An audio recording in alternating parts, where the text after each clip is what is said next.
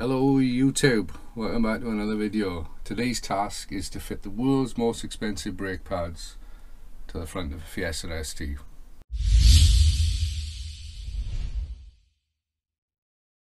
Well, actually they may not be the world's most expensive, but they felt like it to my wallet. Right, so what have we got? Right, so we have got endless brake pads, and these are the ME22. There they are, boys and girls. Now these I bought from Rival Motorsport. I've also got the braided lines they made up for me, so we're going to do braided lines front and back. We've got new bolts and washers for the front. Also going to be using the carbon rain brake fluid that I always get from Godspeed, and pretty much that is today's task. So if you're looking for your pads, lines, go to Rival Motorsport. I'm going to put a link down in the description below, and for every video you're on there will always be a link to Rival Motorsport. So thank you very much, Rival, for sorting me out. Also got a t-shirt on the back, a black t-shirt in the sun. I'm feeling a bit warm and I don't want to get it dirty, so it may not last the whole video. Right, so we're going to get into it. I'm going to jack the car up. Let's make a start.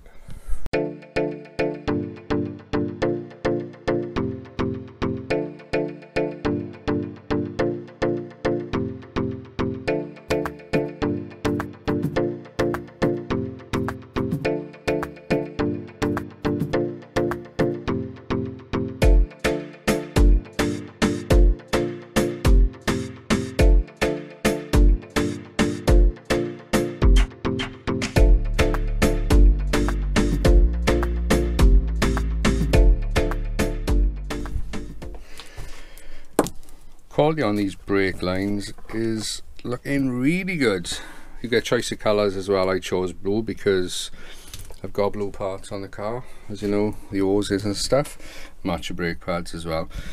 Now the reason I bought these brake pads, you know, at the moment I'm running DS2500s. They're okay, I'm not overly happy with them. I was going to do the big brake conversion. You know, we tried the ST170 bigger brakes, didn't work.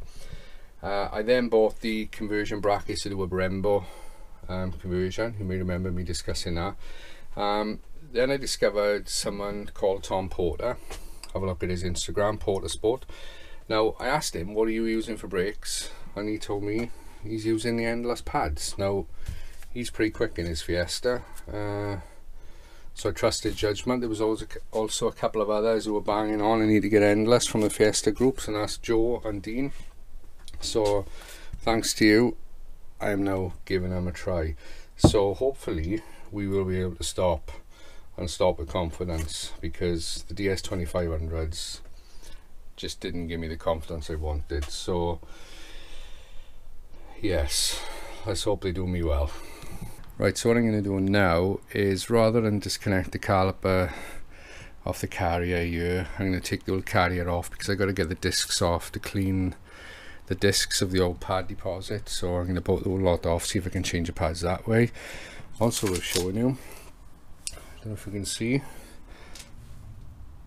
I've done some ends for my brake cooling. I did just have a pipe cable tied and direct to there, but it was flapping round, the direction wasn't very good, so knocked myself up a little holder to keep the pipe right where I want it. Right, so let's bolt this off.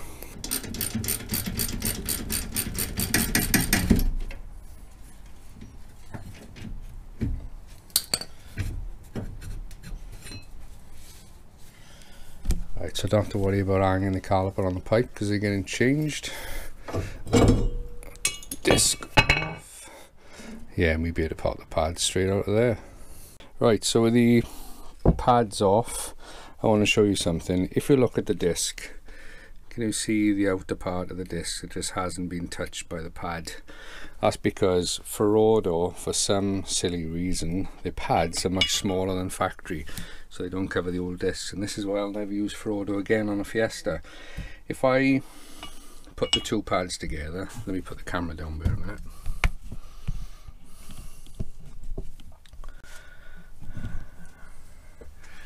Alright, if I put the two pads together, that's a looker, you can see the size difference there. But if we overlay them on top of each other,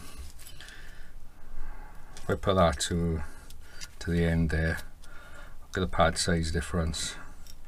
And then if we do it that way, line them up to the inside, look at the difference. Much bigger pad. Frodo, I don't understand why you do that, but you also can see start to crumble and break away. This one's actually worse, which is typical with the Frodo, they do crumble. What I'll do, I'll keep them as a set of backup pads. If these would hit the metal on a track day, I'll just have these on me as a means to get me through the rest of the day. Right, so if we look at that, look, I've lined it up to the inside line to match that roughly to give you an idea.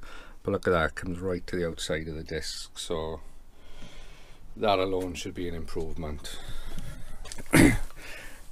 Right, so what we got to do now is sand the discs and get the pad deposit off it, because the key to getting your brake pads to work well and why you have to bed them in is because you have to leave a transfer of pad deposit on the disc so the pad is baked into its own compound.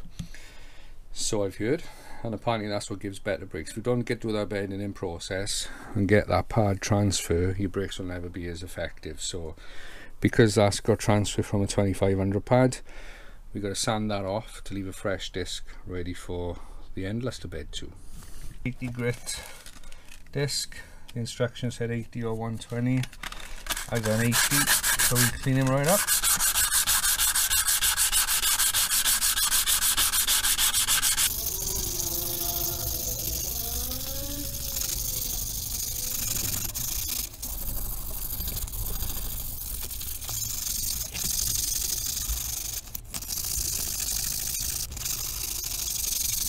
Right, so that's the disc cleaned up. I spent quite a bit of time sanding it and then got fed up and switched to a wire brush and a drill. I think that's going to be good enough. I can't see me getting any more off than that. So now we can slap the pads in.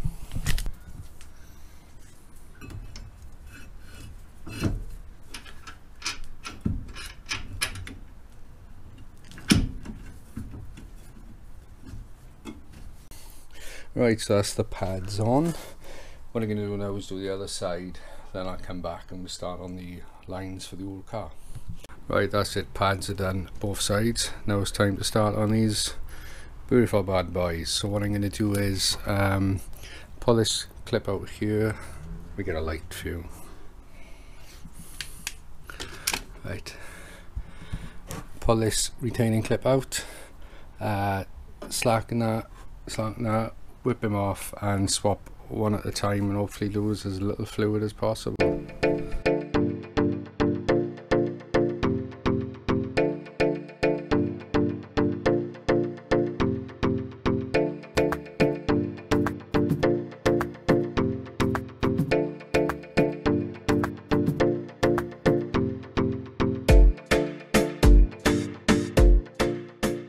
Right, so that's the front done on both the sides. Now all I got to do is the lines on the back, slightly different. You're obviously to the front, so you're about to undo there, what I say bolt, it's the nipply thingy thing, bolt there and that one. So what I'm going to do, I'm taking them off since I've had the car, so if they're stiff, just use some crow's feet to break them loose and then go to a spanner.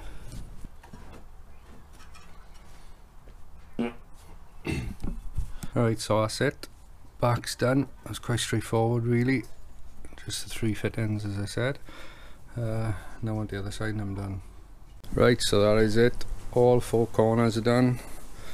And I am pretty pleased with that. Love the look of the blue pads. I only get to see them much, but all I've got to do now is bleed the brakes and bed the pads in. But I'm going to save that for another video. Let me show you something. I've got 4-scan hooked up, so we're going to bleed the brakes on 4-scan. So in the next video I'll show you how I do that, and then we'll go out and test the brakes. Hopefully we'll get some sparks, maybe some flames. I'll try and put a camera here and see what I can pick up when we bedding them in.